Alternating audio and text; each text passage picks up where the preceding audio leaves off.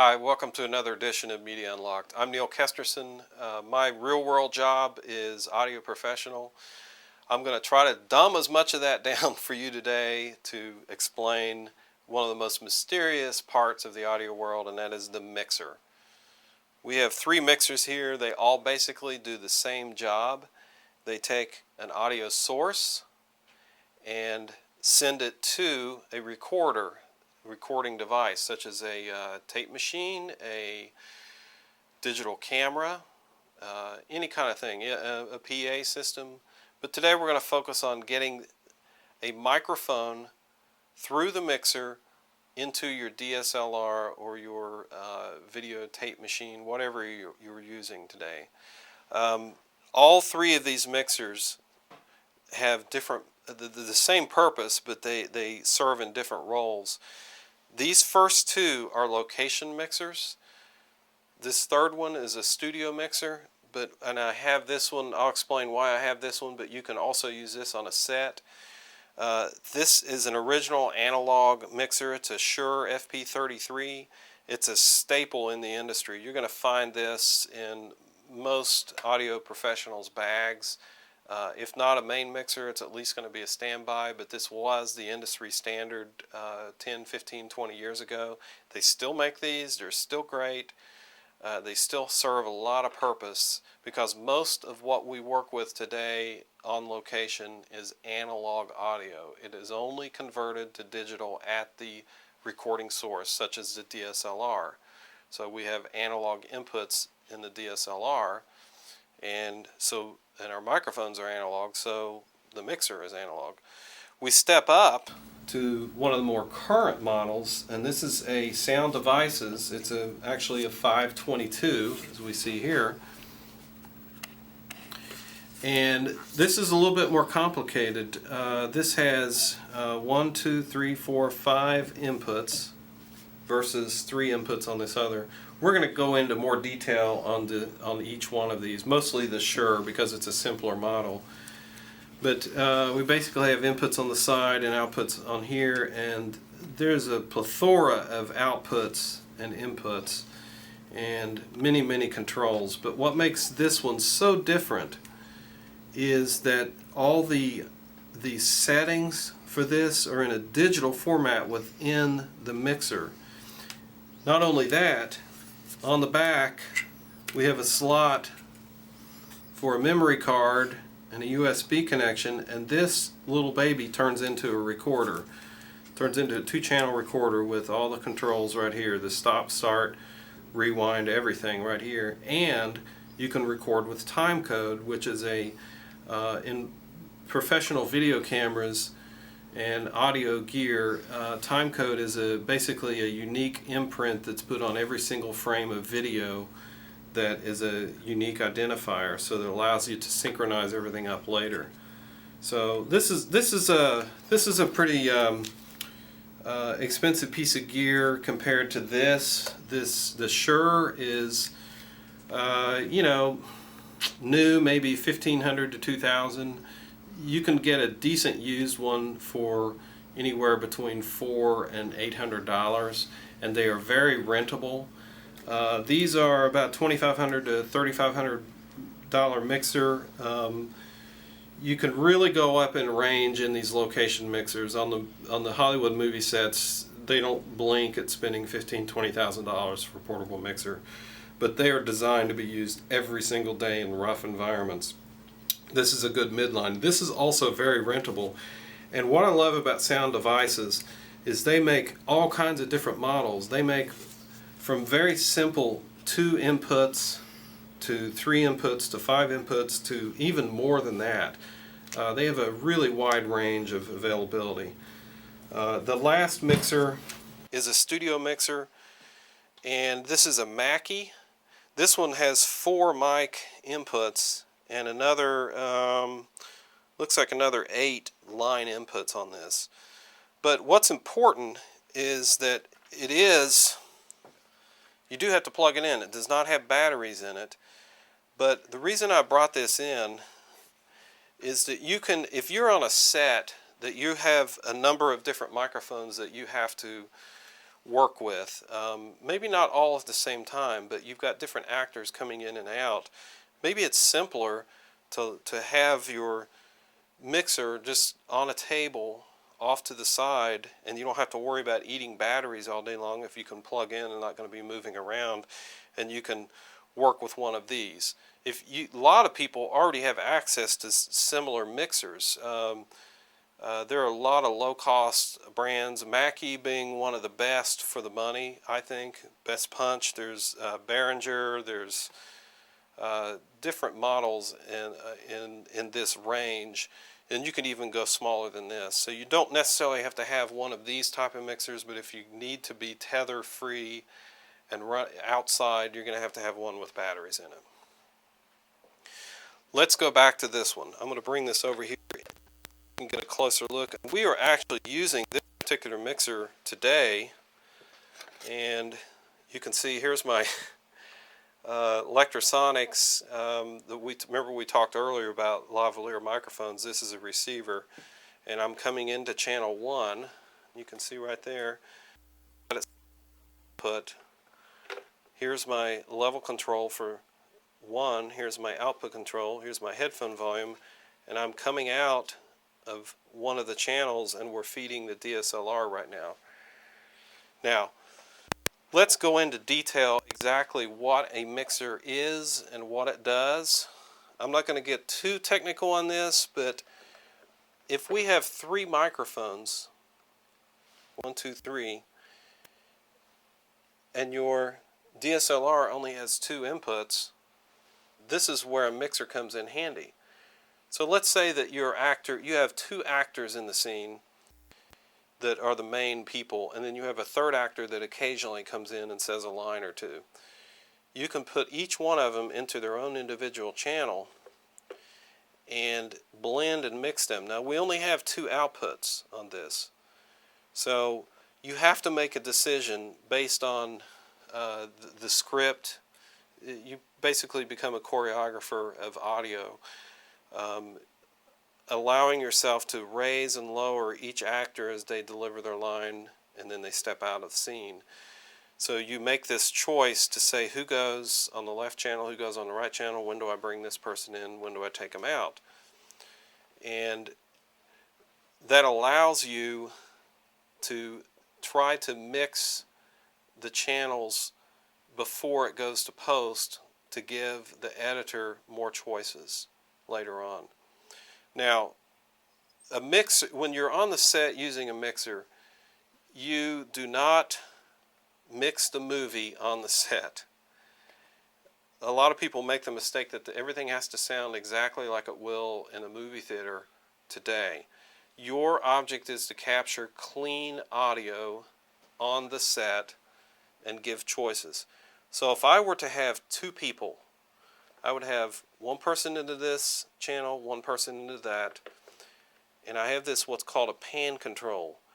And I'm going to, since I don't want to, okay, we'll do this right now. You're going to hear me pan this over to the left. I'm going to pan center and pan right. So it's making the placement on whatever channel I want. I'm going to say, if I have 2 people, I'm going to put this person on, and then this person comes up on the right channel, and we call it a split track. I'm going to return this to the center as we talk, but remember, in the post, you're going to blend the channels in mono in post, but right now they're going to be split out left and right. This is not a stereo recorder, it's a split track recorder. So I'm using mic 1 on channel 1, mic 2 on channel 2, and splitting them out. In post, you are going to take one channel over the other. If I were to have only one person on the set but 2 mics, let's say a lavalier on this channel and a boom on this channel, I would make that choice in post. I would pick either one of them. So next we're going to talk about the output on this mixer. Now each of these inputs feed an output. This particular mixer has an output right here. It's a master out. left and right, or channels 1 and 2, that feed these two outputs. We're only going one channel today, monophonic, but raising this up and down affects the level, the overall master level. The Sound Devices does not have a master out. It all just feeds, each input feeds directly out, so you can't control that. This mixer does have a master out, so you know, you're going to get varying degrees between the different mixers. Now let me talk about some of the little features on here that are important. We have each individual line. We have a pan right here. This is a roll-off switch. If I flip this up, it's flat, meaning no equalization at all. If I flip it down, it means it rolls off all the rumble on the bottom. For most voice, you don't need to hear anything on the very bottom. If I were recording a church organ, I might want to turn that off. But you're always going to hear some kind of wind or rustle or something like that.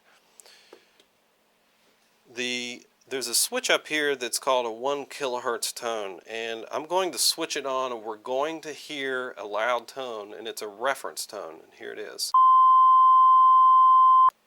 I won't blow you out with that. We use that to set levels. When we turn that on, it's kind of like color bars in video. It gives you a reference point all the way down the line from the beginning to the end.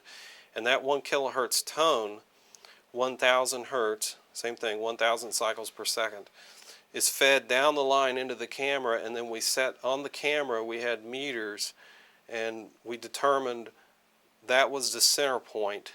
The average loudness of my talking is basically around that 1 kilohertz tone level. This particular case, on the camera, on the DSLR, we set it to -12. We normally set it to -18 or -20. But it being a DSLR, the inputs and outputs are a little bit more sensitive, and we played around with it and got it to the level that we thought everything sounded the best. Each camera is going to be different. As you move up into Pro gear, it's going to be standardized at a -20 level and a 0 level over here. Now, we're trying to match analog to digital. That gets in a whole different discussion. Maybe we'll tackle that later on. The other thing, this is just a link that links these two channels if you are recording stereo, it allows you to just control both channels with just one fader, but we're not going to be doing that today. Coming over here, we've got a limiter on, and that just catches any of the peaks and rolls them off smoothly, such as if I were to sneeze or cough. We have a light for the meter, and we have a battery check that tells us, okay, the battery is still good. Over here we have a slate button, and you'll hear a momentary tone, and if okay, you heard that. If I hold it down, there's a little microphone. Where is the microphone? Is right there. Allows me to talk down the line, and you're hearing me on this microphone. This allows you to do several things. This allows you to slate onto the camera and say this is take 1, take 2. If you wire the output a little bit differently, it also allows you to talk to your boom operator and not go onto the recording. This is our monitoring output right here. This is headphone level. This does not control the level going to the recorder at all, and it allows me to switch between what's coming out of the left channel, the left plus the right only, and then a split track, ST, and which means it'd put the left channel in the left ear and the right channel in the right ear. And this is just allows me to monitor incoming. I can actually bring a monitor out of the headphone of the camera back into here and monitor it to make sure it is actually going into the camera. We're not doing that today. Let me hit this side really quick. This is very simple. Input. We talked about mic level. And level would be, such as from a tape deck or something. On the output, we have the same kind of controls, mic or line level out of these. We happen to be on mic level out, feeding down the cable into the camera because this particular DSLR only accepts mic level input. We have a tape out, which is very, very similar to your home stereo tape out. And then we have our headphone monitor. This mix bus just allows you to use two of these mixers together and combine them into one output. I'm going to set this back over here.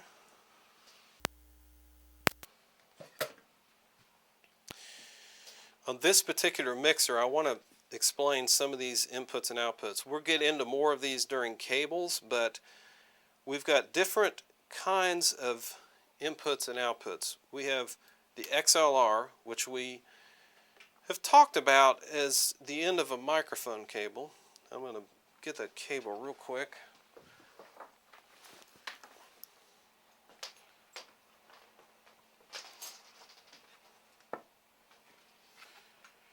This is an XLR.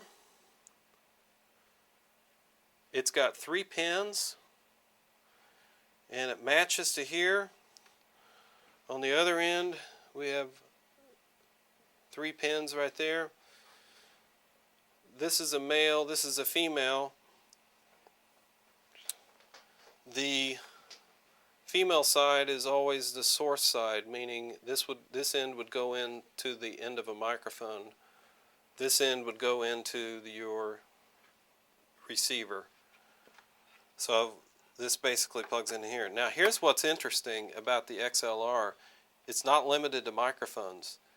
It can be an output of a professional tape deck or a professional mixing board, because the output of this has the same thing. Here's the XLRs, and I can select between mic or line. So you're not limited to microphone. That's what's great about XLR cables.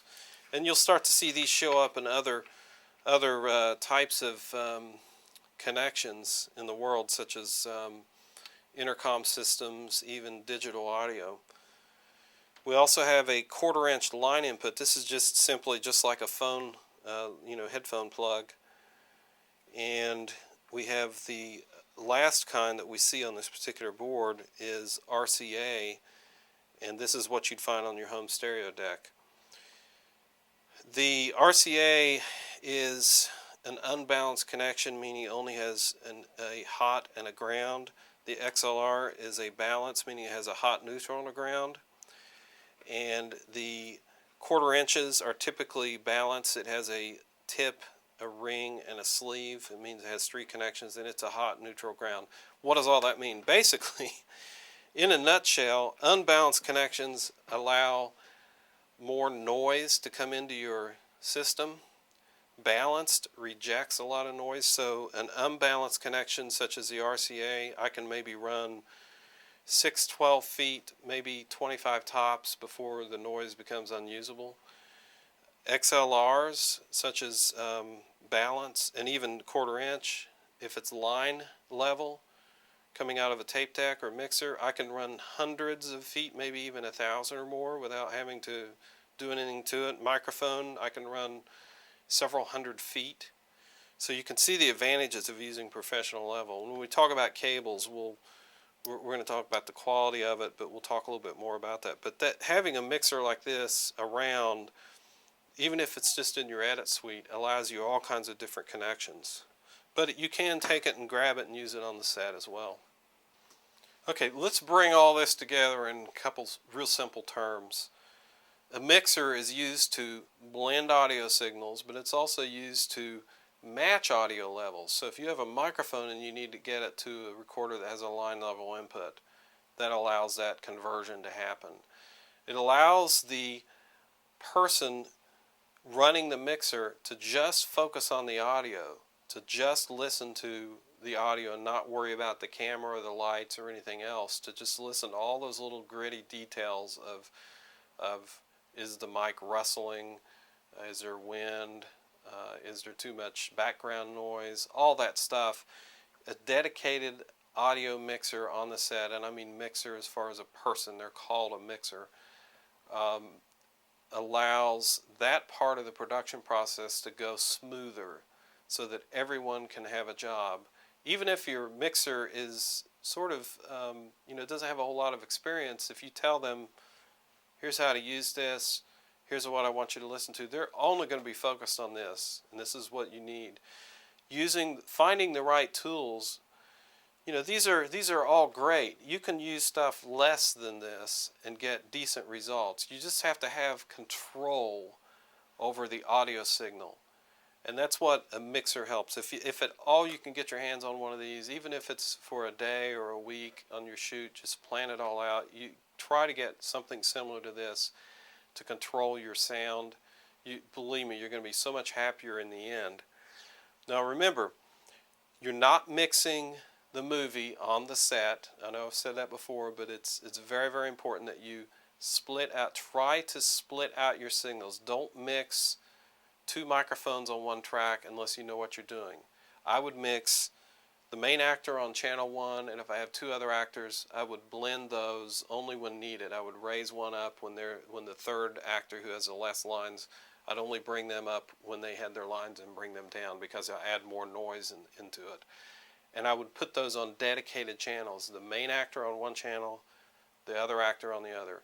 If you're shooting a lavalier and a boom on one person, such as me talking, I would choose one or the other in post. Try not to use both. It just sounds like a tunnel effect if you blend them, or a really strange stereo effect. So it's really a tool to help you in post and edit.